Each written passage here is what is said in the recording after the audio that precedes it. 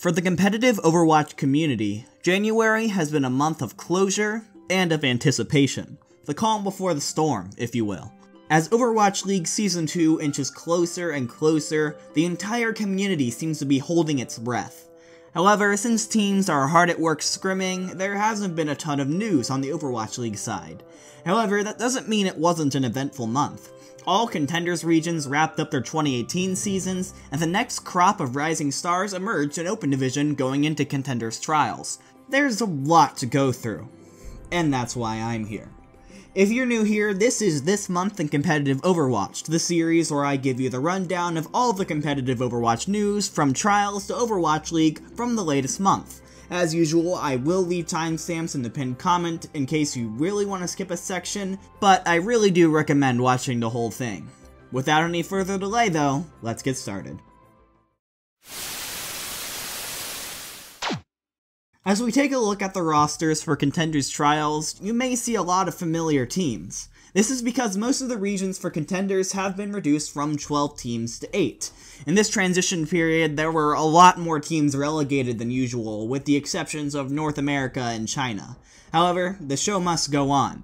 As usual, I won't be going too in-depth on Trials, but I will be showing you the rosters for the upcoming season. Here's North America, South America, Australia, Europe, Korea, and Pacific. It is worth mentioning that the European, and for the first time, the North American Trials games will be streamed. Broadcast.gg will be doing both, while EloHellEsports, a new broadcasting group formed by streamer and Dallas Fuel coach Jane, is focusing on North America. I'll leave links to both their Twitters and Twitch channels in the description if you're interested. Before we go through the Contenders regions, it is worth mentioning that this month Blizzard announced a huge change that people have been asking for since the beginning of Contenders: inter-regional tournaments. This takes the form of the Atlantic and Pacific Showdowns at the end of Season 1, and the Gauntlet, which will feature most if not all regions at the end of Season 2. This has been met with widespread approval by the community, as top teams in each region will get an opportunity on a major stage to perform in front of potential Overwatch League scouts, and for a significant amount of money. Anyways, this month saw all the regions come to a close, so let's quickly summarize who came out on top. In North America, Fusion University took home their third Contenders trophy, cementing their dominance in North America Contenders in 2018. However, there is a big shout out due to Atlanta Academy, who were able to fight their way into the finals in their first season of existence, and even gave us the most competitive NA finals so far. On another good note, it has been confirmed that Second Wind and First Generation, two independent teams who made the playoffs this season, have been invited directly into Contenders for next season. South America ended, actually quite surprisingly.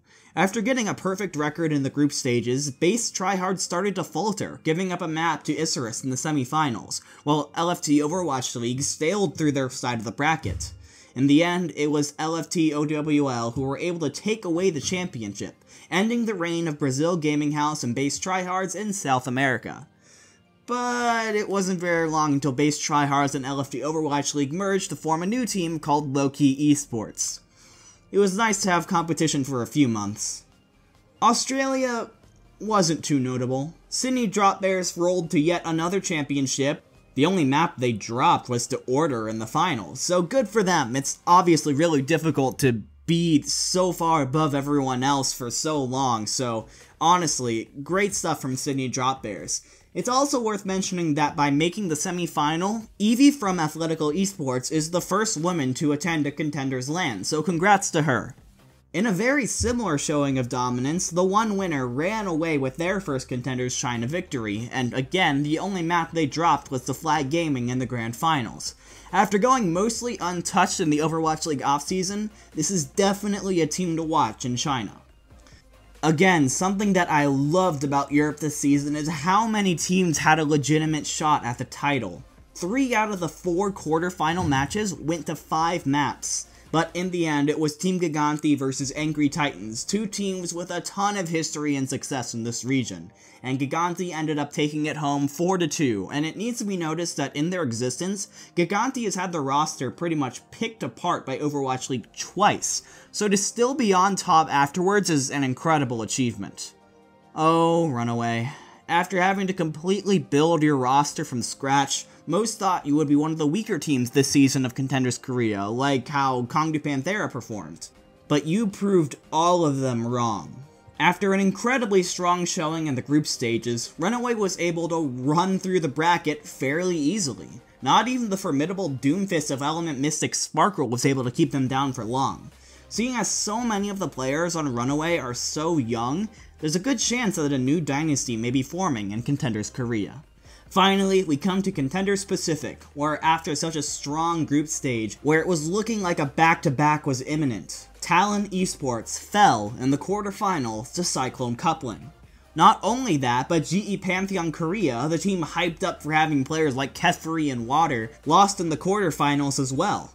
In the end, it was Hong Kong Attitude who were finally able to break through and come away with the championship, their first in Contenders Pacific. It seems that it came from the right time as well, as news came around that an academy team signed the entirety of the HKA roster. If this is true, it'll be very interesting to see how they perform with Overwatch League support.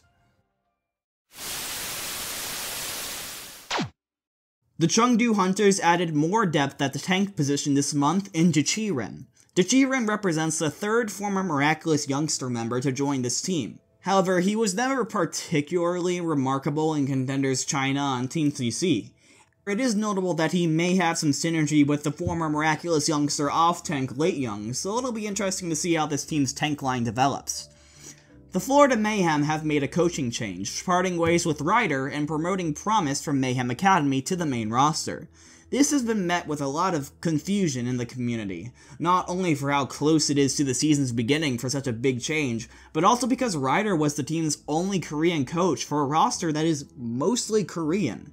If it wasn't for what Swoosh said about Ryder on Twitter, I feel like the move would be much more criticized than it already is. Even so, the Mayhem obviously have a language issue to deal with, and it'll be interesting to see if they have any success with it. The Fusion also made a few changes at the top staff of their team. Kirby, who was originally a coach for Philly, has now officially been promoted to the Director of Overwatch Operations, which sounds really important, though I'm not 100% sure what that means. To fill the hole in the coaching staff, Christopher has joined as an assistant coach.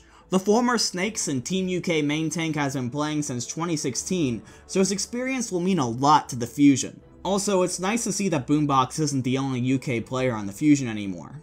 The San Francisco Shock announced another analyst to add to their staff with Shu.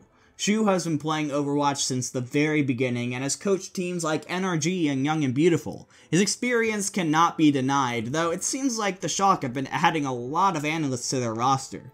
What do you think their plan is?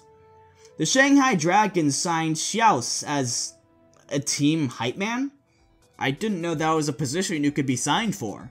Xiaos was a Chinese caster and observer for StarCraft in the past, so it'll be interesting to see what his role within the team actually is, and to find out more about his, quote, legendary poisonous milk.